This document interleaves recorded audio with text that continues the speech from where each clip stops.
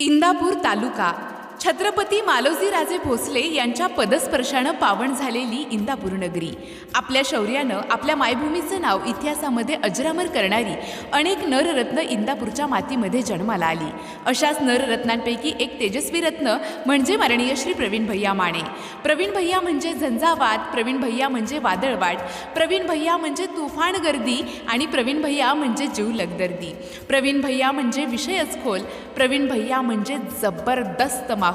रुईच्या मातीमध्ये आपल्या इवल्याशा पावलांचे ठसे उमटवणारे हे पोर आज एवढे मोठे झालेत की आपल्या कर्तृत्वाचा ठसा प्रत्येकाच्या काळजावरती उमटवत आहेत। संपूर्ण तालुका हेच माझं घर आणि या तालुक्यातील प्रत्येक माणूस हा माझा माणूस असं म्हणत प्रवीण भैयांनी बांधावरचा माणूस आपलासा करून घेतलाय।